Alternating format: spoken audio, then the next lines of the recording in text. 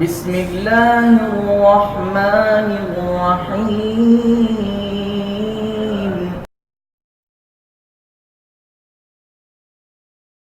شاہ محترم، ایک واقعہ سنا ہے کہ کسی بزرگ کے کہنے پر، اشارہ کرنے پر چلتا ہوا سورج رک گیا تھا، کیا یہ درست ہے؟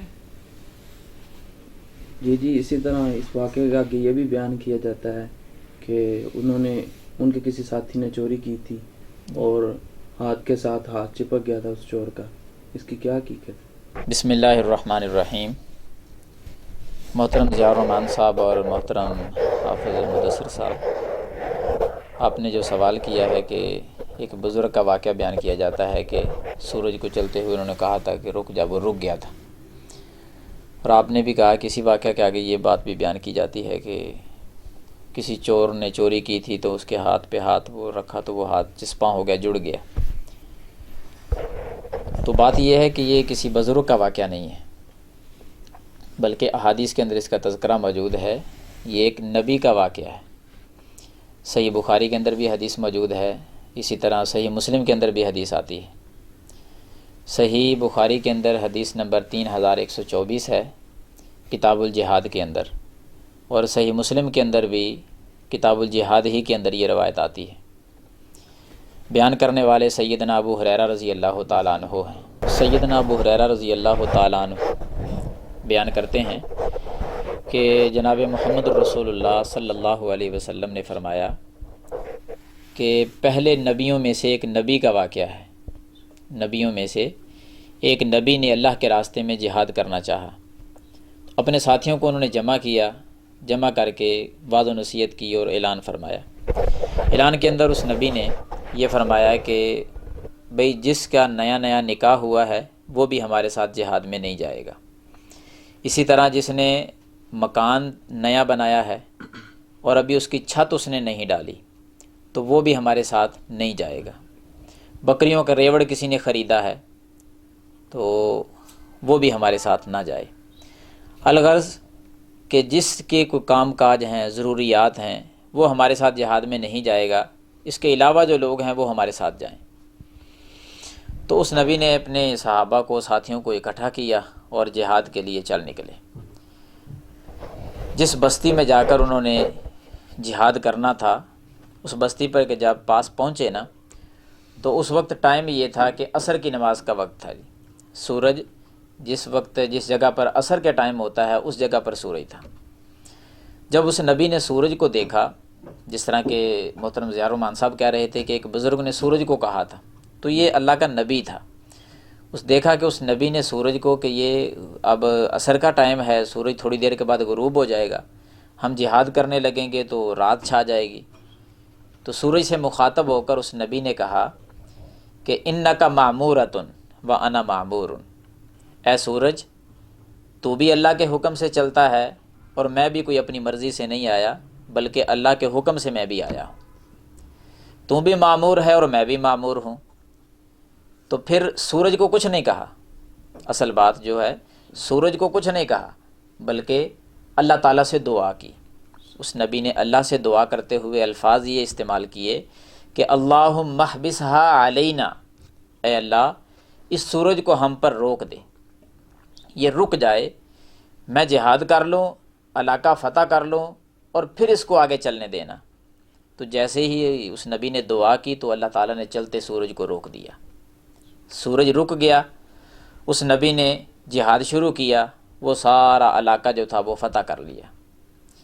علاقہ فتح کرنے کے بعد جو مال غنیمت تھا، کافروں کا مال جو ہاتھ آیا مسلمانوں کے، وہ اکٹھا کر کے، اس وقت غنیمت کا مال جو تھا وہ حلال نہیں ہوتا تھا، اس کے ساتھ کیا کیا جاتا، میدان میں رکھ کر آگ لگا دی جاتی یا آسمان سے آگ آتی، اس کو کھا جاتی، وہ قبول ہو جاتا۔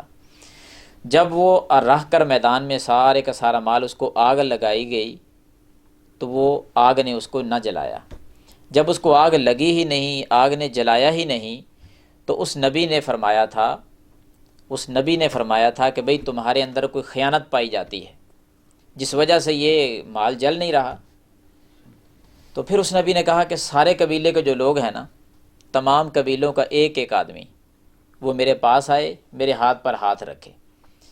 سب قبیلے والوں کے ایک ایک بندے نے ہاتھ پر ہاتھ رکھا، جس طرح کہ آپ سوال کر رہے تھے کہ وہ ایک چور کا ہاتھ جو ہے نا وہ اس بزرگ کے ہاتھ کے ساتھ جڑ گیا تھا، تو یہ وہ اللہ کا نبی ہی تھا۔ تو سارے قبیلوں کے ایک ایک آدمی کا ہاتھ اس نبی نے اپنے ہاتھ پہ رکھا ہوا۔ جب ہاتھ رکھ لیے نا تو ایک آدمی کا ہاتھ اس نبی کے ہاتھ کے ساتھ چسپاں ہو گیا، جڑ گیا۔ جب وہ ہاتھ جڑا نا تو اس نبی نے کہا کہ بھئی تمہارے قبیلے کے اندر خیانت موجود ہے، کوئی خیانت کی ہے تم نے، جاؤ اپنے قبیلے کے سارے بندوں کو لے کر آؤ۔ اب اس قبیلے کے بندوں کو بلایا گیا، اسی طرح اس نبی نے اپنا ہاتھ آگے کیا کہ میرے ہاتھ پر ہاتھ رکھو۔ تو لوگوں نے ہاتھوں پہ جب ہاتھ رکھے تو 2 یا 3 آدمی تھے کہ جن کا ہاتھ اس نبی کے ہاتھ کے ساتھ جڑ گیا۔ تو اس نبی نے کہا کہ بھئی تمہارے اندر خیانت پائی جاتی ہے، جاؤ جو کچھ چھپایا ہے خیانت کی ہے اس مال سے وہ لے کر آؤ۔ وہ گیا، وہ بندے گئے اور ایک سونے کا سر جو تھا نا اتنا بڑا، جس طرح گائے کا سر ہوتا ہے نا، رسول اللہ صلی اللہ علیہ وسلم نے فرمایا گائے کے سر کے برابر سونے کا سر تھا، وہ لے کر آیا۔ وہ اس نے چھپایا ہوا تھا۔ جب وہ لا کر اس نے اس میدان میں اس مال غنیمت کے ڈھیر پہ رکھ دیا، آگ آئی اور اس کو جلایا اور راکھ کر دیا، سارا ختم ہو گیا۔ یہ حدیث بیان کرنے کے بعد رسول اللہ صلی اللہ علیہ وسلم فرماتے ہیں کہ اے میری امت کے لوگوں، اب اللہ تعالیٰ نے رحمت کی ہے اور فضل کیا ہے کہ یہ مال غنیمت جو کافروں سے جنگ کر کے مسلمانوں کے ہاتھ میں مال آتا ہے، یہ تمہارے لیے اللہ تعالیٰ نے حلال کر دیا ہے۔ اب اس کی تقسیم ہوگی، مسلمانوں میں اس کو تقسیم کر دیا جاتا ہے، یہ تمہارے لیے حلال ہے، پہلے یہ حلال نہیں تھا۔ یہ حدیث مبارکہ، اس میں یہ سارا واقعہ موجود ہے۔ صحیح مسلم کے اندر بھی ہے کتاب الجہاد میں، صحیح بخاری کے اندر بھی کتاب الجہاد ہی کے اندر آتا ہے۔ اب دیکھیے اس حدیث سے مسائل کتنے ثابت ہوتے ہیں، تھوڑی سی گہری نظر سے بندہ دیکھے نا تو اس حدیث سے 20 مسائل نکلتے ہیں۔ نمبر 1، پہلا مسئلہ جہاد کی فضیلت ہے۔ دوسرا مسئلہ اس سے یہ بھی ثابت ہوتا ہے کہ کام کاج میں جو مصروف تھے نا وہ میدان جہاد میں نہیں گئے، کچھ ساتھی چلے گئے اور کچھ نہ گئے۔ اور تیسرا مسئلہ اس سے یہ بھی ثابت ہوا کہ نبی کا معجزہ، چلتے سورج کا رک جانا، یہ اس نبی کا معجزہ ہے۔ چوتھا مسئلہ یہ ثابت ہوتا ہے کہ اللہ کی قدرت، کہ اللہ کتنی طاقت والا ہے، اللہ کتنی قدرت والا ہے۔ ان اللہ علی کل شیء قدیر، چلتے سورج کو اللہ نے روک دیا۔ پانچواں مسئلہ یہ ثابت ہوتا ہے کہ عقیدہ، مختار کل نبی نہیں ہوتا، کوئی ولی بزرگ کوئی بھی مختار کل نہیں، مختار کل صرف اللہ کی ذات ہے، کیونکہ اس نبی نے سورج سے نہیں کہا تھا کہ اے سورج تو رک جا، بلکہ اس نبی نے اللہ سے دعا کی تھی کہ اے اللہ اس سورج کو تو روک دے، یہ بھی تیرے حکم سے چلتا ہے، میں بھی تیرے حکم سے آیا ہوں۔ تو اسے معلوم ہوا کہ مختار کل صرف اللہ کی ذات ہے، جو چیز مانگنی ہو، جو کچھ کرنا ہو وہ اللہ تعالیٰ سے کرنا چاہیے، اسی سے مانگنا چاہیے۔ اور چھٹا مسئلہ یہ ثابت ہوتا ہے کہ مال غنیمت جو پہلی امتوں پر حلال نہیں تھا، اس امت کے لیے اللہ تعالیٰ نے وہ بھی حلال کر دیا ہے۔ اور گہری نظر سے دیکھا جائے تو اور بھی بہت سارے مسائل اس حدیث سے اخذ ہوتے ہیں، جو گہری نظر سے دیکھا جائے تو نکلتے ہیں۔ یہ حدیث مبارکہ آپ کے سوال کے جواب میں نے بیان کی ہے۔ اللہ تعالیٰ سمجھ کر اس پر عمل کرنے کی توفیق عطا فرمائے۔ وما توفیق الا باللہ۔ جزاک اللہ خیر۔